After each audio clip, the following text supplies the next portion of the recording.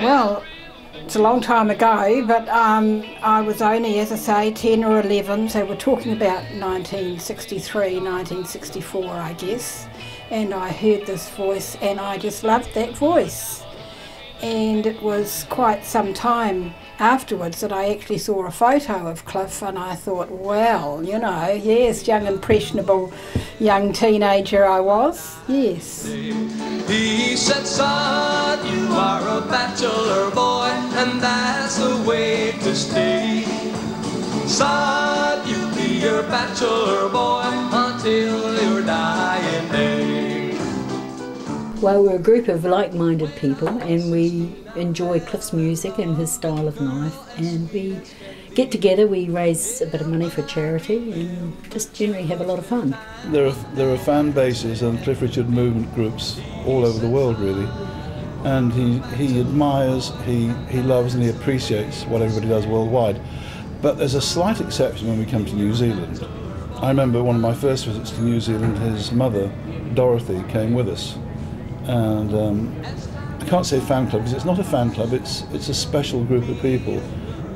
Took to her and she took to them, and the rest became history. Cliff always loves coming here. Geographically, it's an emotional journey to do all these thousands of miles away.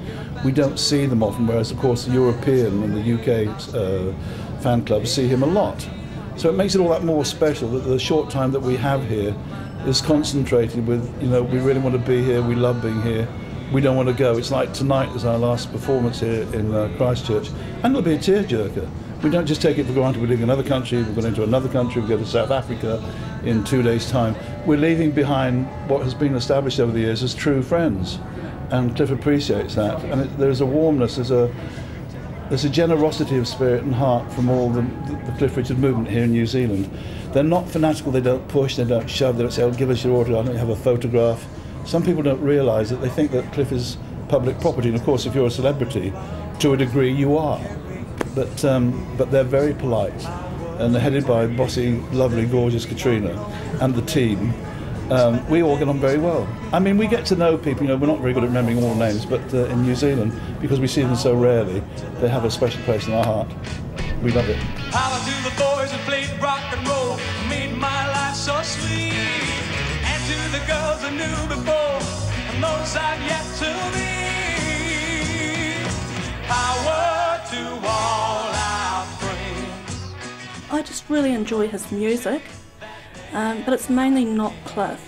It's also all the friends you make from all the fans from all around the world. He's just wonderful. It's just a joy to listen to him, and he's wonderful. I think his music has appealed to a generation of people that had a lot of values. We grew up with very strong values, and he has held to those values all that time. I don't think he'd ever do anything to really let us down as fans. He leads a good life, as did we. You know, and yeah, he just keeps up to date, and we enjoy it. Well, a group of 38 of us went to London. Barry Corbett took us, poor man, and we went to see Heathcliff. It was been his dream all his life to play Heathcliff, and it was just incredible. It was fantastic. Yeah, so that was an experience. Sleeping, walking, living doll. Got to do my best to please her just 'cause she's a living doll. Got a roving eye, and that is why she satisfies my soul.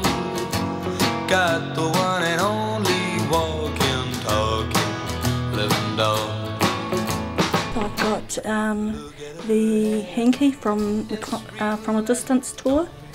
I have got the towel from a Cliff's charity tennis that he runs each year, and I've also got a t-shirt that he has signed.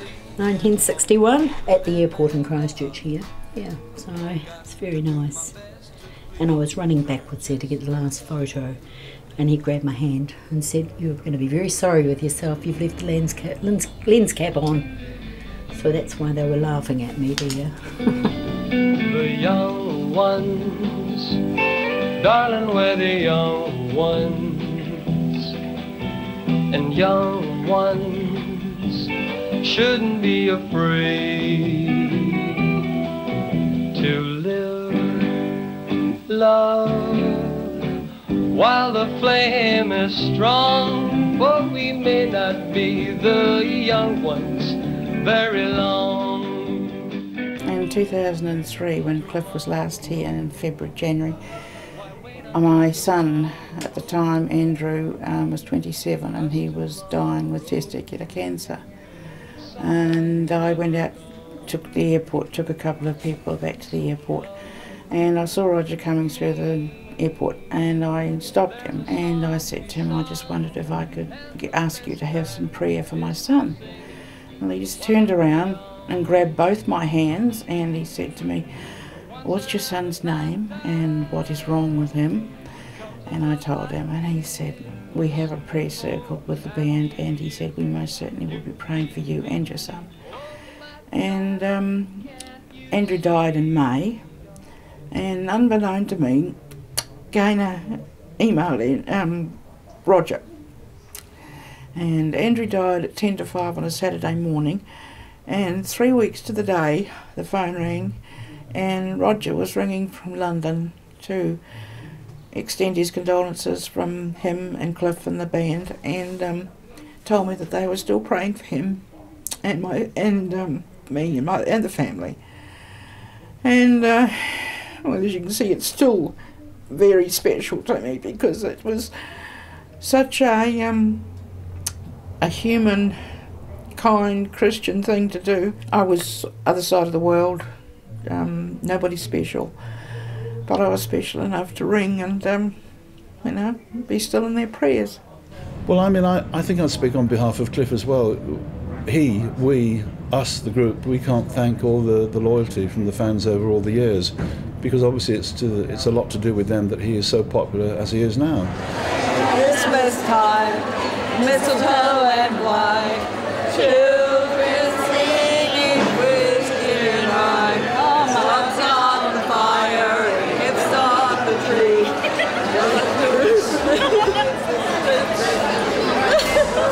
Christmas time, mistletoe and wine, children singing Christian rhyme, with logs on the fire and gifts on the tree.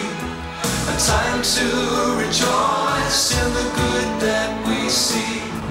And I think specifically people don't realise, I think sometimes that the fan clubs, they work very hard. I think people think, oh well, it's just a fan club. No, it's not that at all. The loyalty and what goes in, the hours that they spend in not just promoting Cliff, but the events that they have to raise charity in his name, to raise money for good causes, is unbelievable.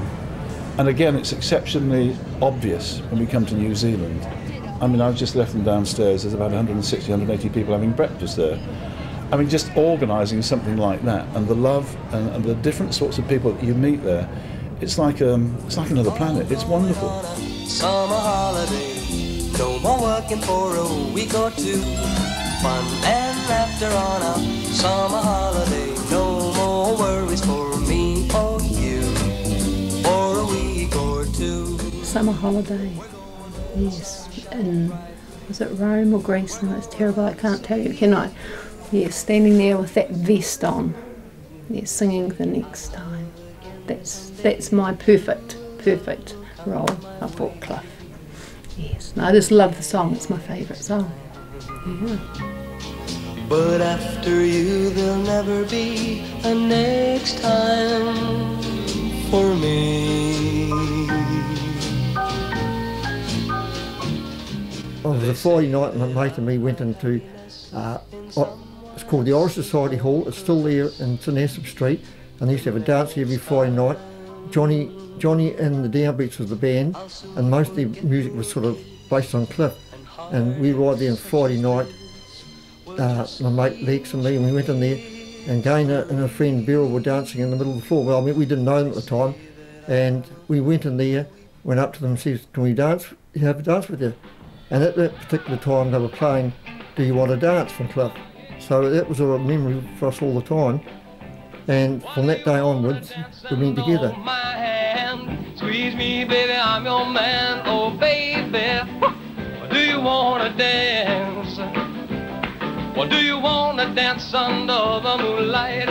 Squeeze and hug me all through the night. Oh, baby, do you wanna dance? I'll take you. Again, I get silly and sentimental meeting the New Zealand gangs, I call them, the family. I get quite emotional about it. I'm dreading tonight. Dreading it. It's like it's awful. I can't describe it. It's really strange. It's like a magnet coming to New Zealand.